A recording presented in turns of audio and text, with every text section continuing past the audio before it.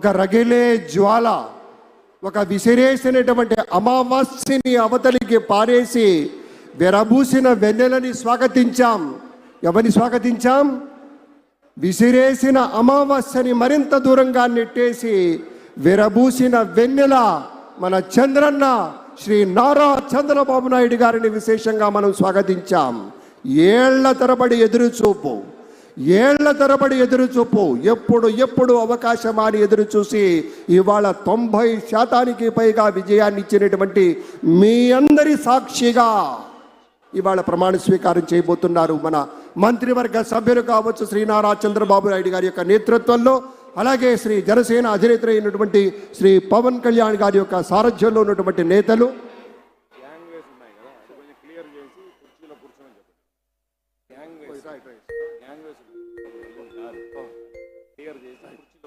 ఒక చిన్న మనవి, పోలీస్ శాఖకు మనం సహకరిస్తూ వెళ్ళాలి.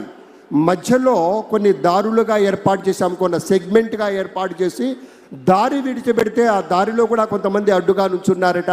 కొంచెం అసౌకర్యం ఉంది. పెద్దలారా, మీకు చెప్పవలసింది కాదు, మీరు అన్నీ తెలిసిన వారు.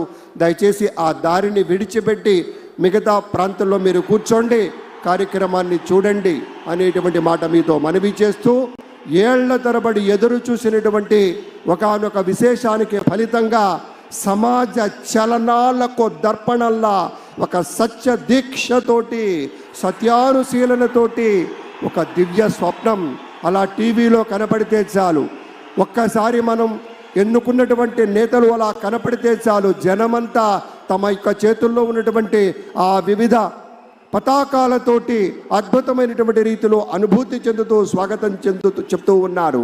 ఇక్కడ ఉన్నది మైత్రీ బంధం.